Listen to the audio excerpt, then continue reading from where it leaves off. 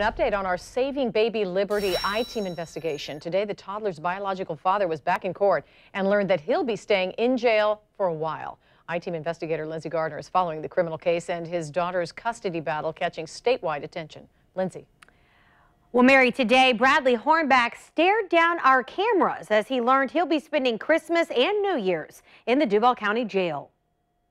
A stone-faced Bradley Hornback entered the courtroom today, a stark contrast from the message he had for our cameras last week.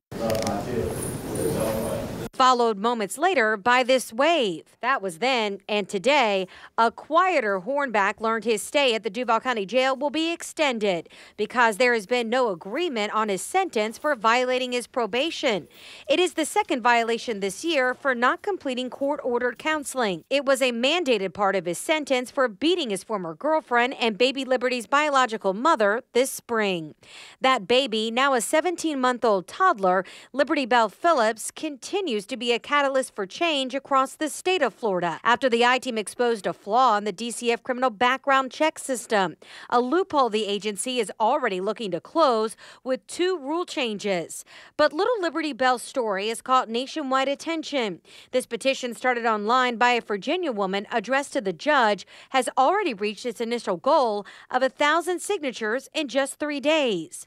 People touched by our I-Team report on Liberty's life story. She was found neglected last year. Her parents deemed unfit to raise her. They later surrendered their rights, but the judge placed Liberty with Bradley's brother, Christopher Hornback, a man we found had an outstanding active warrant for his arrest in Jacksonville on the very day he was awarded custody. That warrant tied to domestic battery on his wife, Shauna. Shauna told police Christopher was increasingly violent and had a history of domestic violence. We found Christopher made threats to an ex-girlfriend in Jacksonville while armed with a razor in 2009. Facts that weren't likely presented to Judge David Gooding when he decided this year to move Liberty from her home of 10 months with her maternal aunt and uncle, Ginger and Keenan Phillips. A home where the guardian ad litem found Liberty was thriving and had a loving, parental-like relationship. A home without a history of domestic violence. A home Ginger and Keenan Phillips still hope the judge will return Liberty back home to, maybe in time for Christmas. Liberty's biological mother has met with her attorney to say she only surrendered Liberty to Bradley's family because she was being threatened and was in fear of her own life. Her attorney is expected to file a motion this Thursday to reverse the mother's consent, which could then allow the judge to have a hearing and possibly change Liberty's custody back to Ginger and Keenan Phillips. Of course, we'll be following it.